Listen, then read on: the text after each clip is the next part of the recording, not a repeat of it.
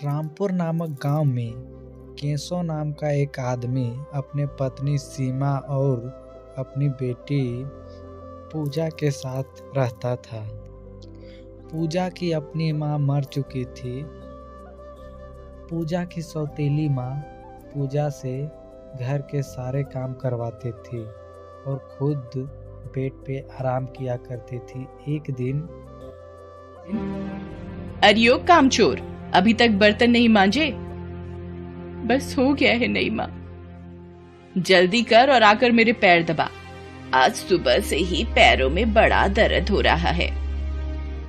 पूजा बर्तन मांज के माँ के पैर दबाने जाती है। अरियो महारानी, जरा जोर से दबा। खाना तो 2 आदमियों का खाती है और हाथ में तेरे दम ही नहीं है। अपनी माँ की बात सुनकर बेचारी पूजा अपने कमरे में जाती है और रोने लगती है। काश आज मेरी माँ जिंदा होती तो मेरे साथ ऐसा जानवरों जैसा व्यवहार नहीं होता। माँ, तुम मुझे छोड़कर कहाँ चली गई? मुझे तुम्हारी बहुत याद आती है माँ। पिताजी तो अधिकतर घर से बाहर रहते हैं। ऐसे में ये सब बताकर मैं उन्हें परेशान नहीं करना चाहती। आजकल इसकी कुछ ज्यादा ही जबान चलने लगी है। आज शिकायत करने की बात कह रही है, कल सच में शिकायत कर दी तो इसका जल्दी से जल्दी कुछ करना पड़ेगा। इसी तरह बेचारी पूजा के दिन कट रहे थे। एक दिन जब उसके पिताजी घर से काम के लिए बाहर जाते हैं तो सीमा की बहन गीता उसके घर आती है। अब से गीता का भी सारा काम पूजा को ही करना पड़ रहा था। उसका गंदे कपड़े साफ करना।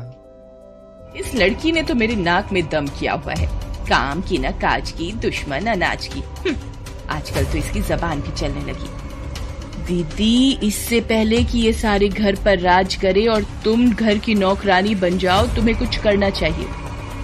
दीदी, तुमने कहा था कि इसके नाना नानी इसके लिए काफी जमीन जायदाद छोड़कर गए हैं। हाँ, कहा तो था, मगर वो सब तो 16 साल का होने पर ही इस करमजली को मिलेगी। हमें तो एक फूटी कौड़ी भी नहीं मिलेगी। और अगर ये करमजली ही मर जाए तो? मतलब? अरे दीदी, अगर इसकी मौत हो जाए तो जायदाद तो तुम्हारे पति और तुम्हें ही मिलेगी ना, और तो इसका कोई है ही नहीं। सीमा क्रूर तो पहले से ही थी, अब उसके मन में लालच आ गया था। मगर वो मरेगी कैसे? फिर गीता सीमा को अपनी योजना बताती है।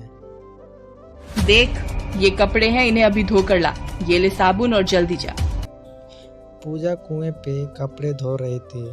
कपड़े धोने के लिए वो पानी खींचने गई, तभी दोनों बहनें आके पूजा को कुएं में धक्का दे दिया। माँ, ये तुमने क्या किया? मैं तो तुम्हें अपनी माँ मानती हूँ। माँ, मैं यहाँ मर जाऊंगी। प्लीज मुझे कुएं से बाहर निकाल लो। अब जैसा कहोगी मैं वैसा ही करूंगी। घर का सारा काम करूंगी। माँ, मेरे हाथ छूट रहे हैं माँ। मजा आ गया। चलो, कांटा दूर हुआ।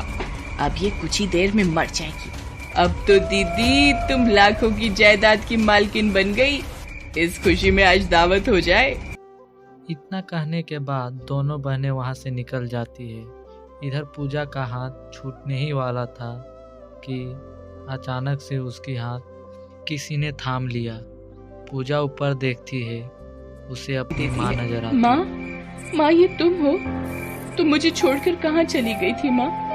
देखो, तुम्हारे बाद उस औरत ने मेरा क्या हाल किया है। माँ, जिसे पापा मेरी नई माँ बनाकर लाए हैं। रो मत मेरी बच्ची, अब मैं आ गई हूँ। तेरे एक एक आंसुओं की कीमत इन दोनों बहनों को चुकानी पड़ेगी। आधी रात का समय था। दोनों बहनें खा पी के सो रही थी। अचानक से उसका चादर उससे अलग होने लगा। कौन है? अचानक से टेबल पे रखा लोटा सीमा के सर पे आ लगा। ओए माँ, मार डाला रे। कौन है? सामने क्यों नहीं आता? दीदी, चुड़ैल, बचाओ बचाओ दीदी। अरे ध्यान से देख, ये कोई चुड़ैल नहीं है, जीती जागती इंसान है। कम बखत ये मरी नहीं है। तो ये तेरा काम था कल मुही। कहर, अभी तुझे बताती हूँ। यह कहकर जैसे ही उसे वो मारने गई, अचानक से नीचे गिर गई। मर गई रे, मार डाला रे इसने तो मुझे। हाय रे मेरी कमर, आई। ये सब तेरा ही किया धरा है ना लड़की। रुक, तुझे अभी सबक सिखाती हूँ।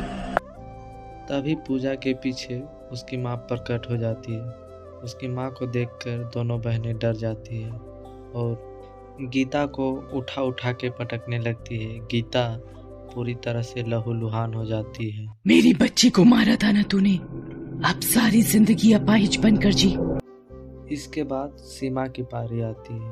उसकी माँ उसे बेड से नीचे गिरा देती है और उसके दोनों पैर तोड़ देती है।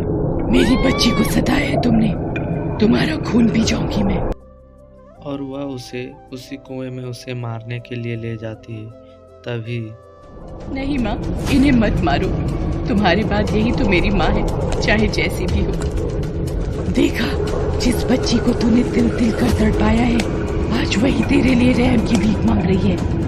याद रख, अगर मेरी बच्ची को जरा भी तकलीफ पहुंचाई तो मैं तेरा वो हाल करूंगी कि तुझे अपने पैदा होने का भी अफसोस होगा।